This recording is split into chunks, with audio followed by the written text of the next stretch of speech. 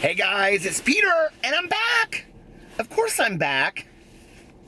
I'm YouTube famous, sir. Now. It's like when you hold a candle to your head. Okay, I wanted to do this video today because I have done so many videos about Trisha Paytas at this point, and you guys, if you don't know the history, Trisha is a friend of mine. We talk. I'm not saying that to throw out her name, but I'm saying that because I've made a lot of videos about her breakup with Sean and all of that kind of stuff. And I get so many messages because people know that about like, what's going on with Trisha? What's going on with Trisha? I'm really worried about Trisha. Trisha. And then the other half of the people are like, she's trolling us. She's trolling us. She's trolling us. She's trolling us. She's trolling us. And to be really honest with you, I haven't watched her videos for the last couple days. You guys notice I have a new hat on today? It's my orange ultra hat. But anyway, I hadn't watched her videos for the last couple of days because I was like, I just wanted to give her some breathing room. You guys, I think in going through anything in life, it's like, she knows I care about her. I've texted her. We've talked back and forth. You know, I knew that she was getting some help for what was going on. And I think to be a true friend, at some point you have to kind of stop and say, okay, I need to give this person some room to breathe. I need to give this person time to come up from underneath the water, right? And just let them kind of figure things out on their own. You don't need to just smother people to death, right? And on top of her having friends and family worried about her, which they are, and she knows that, you know, she's an internet presence, she is a public figure, and so she has all these people with opinions and all this kind of stuff, right? And, you know, I tweeted out last week that I know Trisha's not faking it. It's her story. Let her tell her story when she's ready. And a lot of people were like, how do you know she's not faking it? How do you know she's not faking it? And all that kind of stuff. I know she's not faking it. Okay. That's all that needs to be said. I'm not going to get into the ins and outs of what Trisha has told me and what she hasn't told me, but I know she's not faking it. But I went back because somebody said something to me today. They sent me a message and they were like, I am such a Trisha supporter, but like at this point, you know, like she's inundating my feed with all these videos and blah, blah, blah, whatever. And like, I really hope she's not trolling us. And so I went back and I watched her video that she posted about, I think it was called He Didn't Pull Out. And honestly, I like watched like 3 or 4 minutes of the video, and then the next video is called, and I actually, after I did this, I went back and I watched both of them full. The next video is called I Still Miss Him.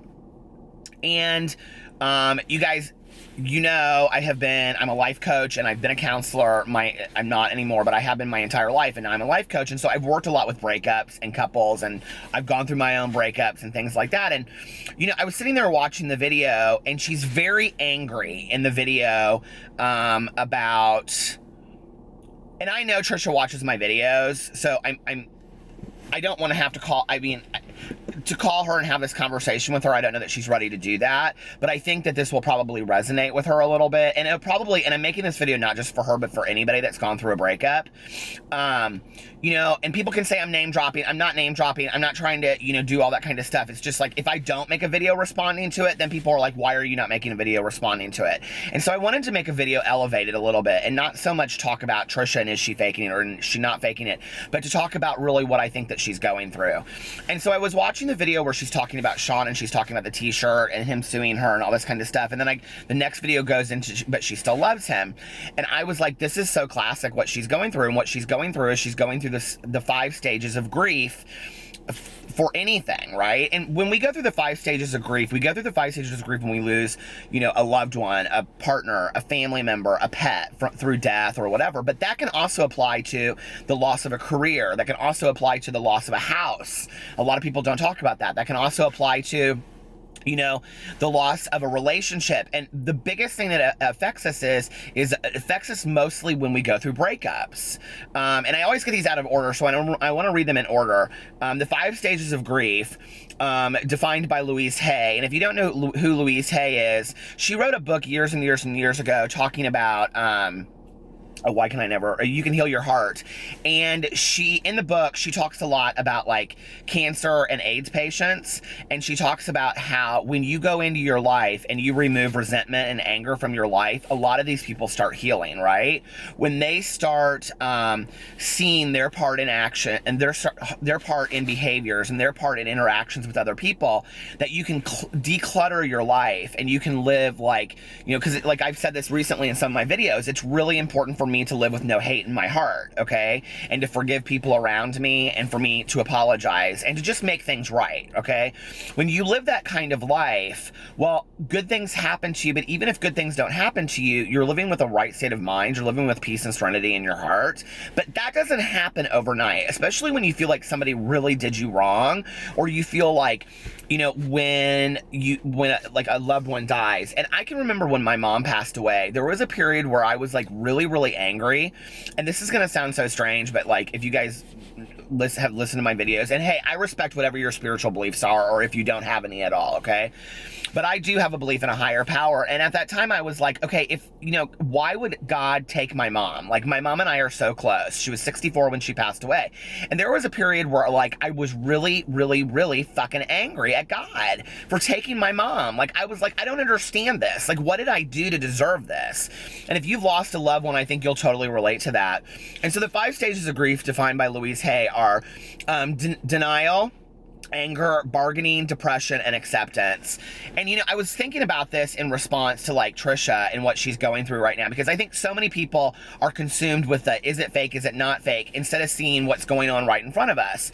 And if you're a Trisha fan, okay, because like before I became friends with her, I was a Trisha super fan. You guys know that. Like my whole gig on YouTube is being like a super fan to these people. Like I am. And I was actually even thinking about making a video about Tyler Oakley, because I'm like, I haven't done that, and I'm like such a huge Uber Tyler Oakley fan. But when you look at these stages of denial, especially with what she's going through, like the first one's denial. And if you go back and you look at her videos, like at the beginning when this started, she's in complete disbelief, right? Like she cannot believe this happened to her. She's like, no, this isn't happening. And she's going through the facts and she's defining the facts and she's trying to figure out what really happened and what really didn't happen. Well, that's denial, okay? Denial is a lack of acceptance of the truth. So when this truth is staring you in the face, you're like, no, this isn't happening, this isn't happening. And that's exactly what was happening to her at the beginning, right? And then the next stage that she went through is anger. And I think that's kind of where she's at right now. And that's really where she should be. Trisha Paytas is exactly where she should be in going through this breakup. Like she's exactly, like emotionally, she's healthier than we're giving her credit for. Like this is exactly where she should be. She should really be in this stage of anger where she's really pissed at the situation and at Sean and that people that kept this from her. Like I think one of the things we don't talk about with all of this is that there were a lot of people that knew this were going on. And when everybody says, like, and I'm not talking about like YouTubers, I'm talking about like people in her public life, that if people knew that was going on and they weren't coming to her as friends and saying, hey, Trisha, I'm concerned about you, like, listen, A, B, C, and D, and like, that hurts, okay? When you feel like I'm totally alone and I have nobody to back my ass up, right? And so that's the anger stage. And then the bargaining stage is where you're really willing to do whatever, okay? You're willing to do whatever. And like, if you go back and you watch some of her videos, and like what's interesting about the stages of grief is that you kind of go back and forth in and out, right? Like they go forward, but you kind of like, you skip back and forth between 2, and then you go like 1 and 2, 1 and 2, then 2 and 3, 2 and 3, and then 3 and 4, and 3 and 4. If you go back and you watch some of her videos, there is a piece where she's really bargaining for Sean. Like she'll do whatever, right? She's like, I forgive you, I'm sorry, like I just want to make this right. Like, I mean, if you watch her videos, and I've watched them all now, she does that, right? And then the next stage up is depression. And she's really already gone through that.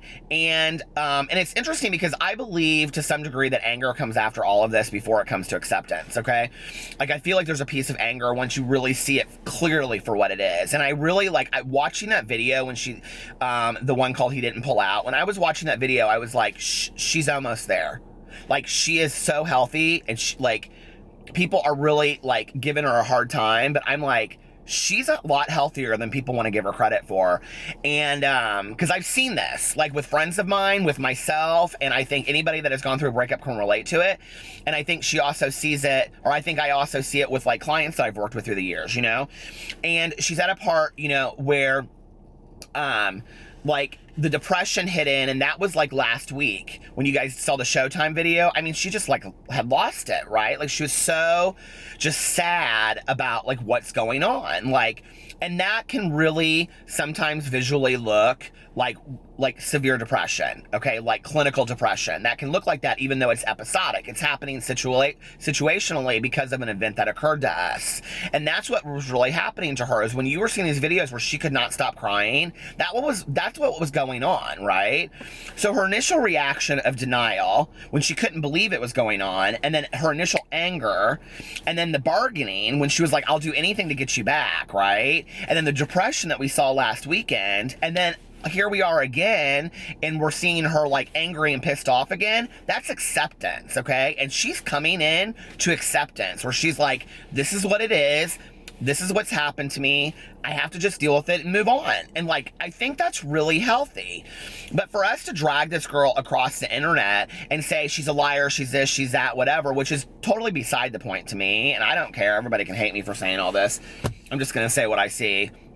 And so anyway, you know, for all of us to like drag her across the internet and say she's this big fake and she's this big liar, when for me, I'm looking at it now, okay, as if she were somebody that I knew or like a client or something, I'm going, this is really interesting. Like if she were a client of mine in my office, I would not believe her for 1 second. Like, this is totally normal what she's going through.